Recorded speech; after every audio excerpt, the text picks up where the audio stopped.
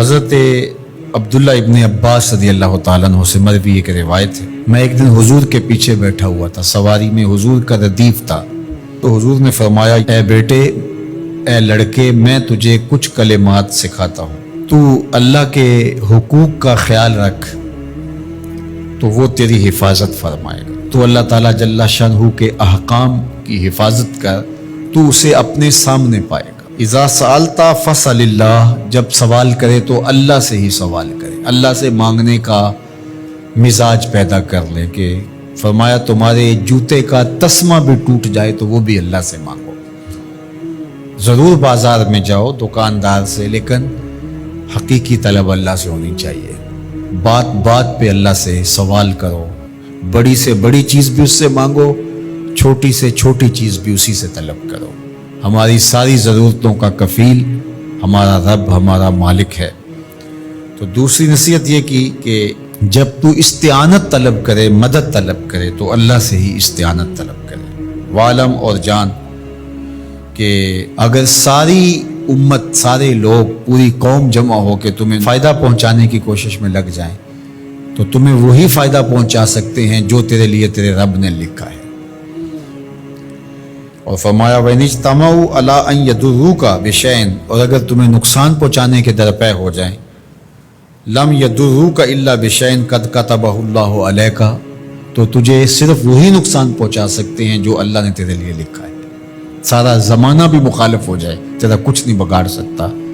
ہاں، تیرے مقدر میں اگر کوئی چیز، کوئی بگاڑ لکھا ہے تو وہ ہوگا، اس کا ذریعہ وہ بن جائیں گے۔ تو اس لیے پھر اسی سے مانگو، اسی سے طلب کرو۔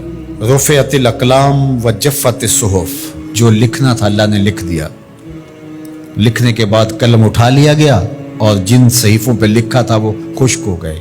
اب کتابیں بند ہیں، تو اس لیے اس نے تیرے لیے جو لکھا ہے وہ ہو کے رہے گا، تو خام خواہ لوگوں سے ڈرنے کی ضرورت نہیں ہے، اور تیرا فائدہ، تیرا نقصان اسی کے دستے قدرت میں ہے، تو اسی سے طلب کر، اسی سے مانگ۔ اور فرمایا تو اللہ تعالیٰ جل شانہ کو رخاء میں، خوشحالی میں یاد کر، یعرف کا فی الشدہ، وہ تجھے مشکل میں پہچانے گا۔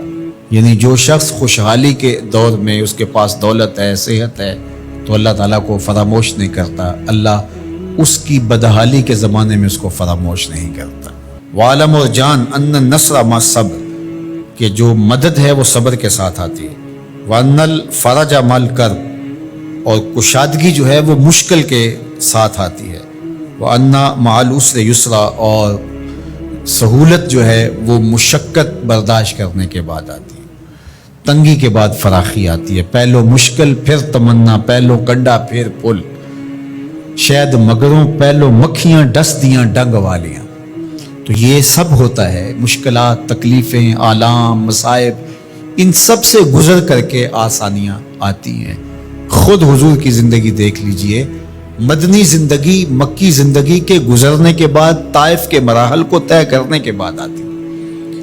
تو ہم ڈائریکٹ اگر چاہیں مکی زندگی کو اختیار کیے بغیر اور طائف کی مشکلات اور سنگلاخ راستوں سے گزرے بغیر مدنی برکتیں حاصل کرنا، تو وہ نہیں پا سکتے۔ تو یہ اللہ تعالیٰ نے ایک نظام رکھا ہوا ہے۔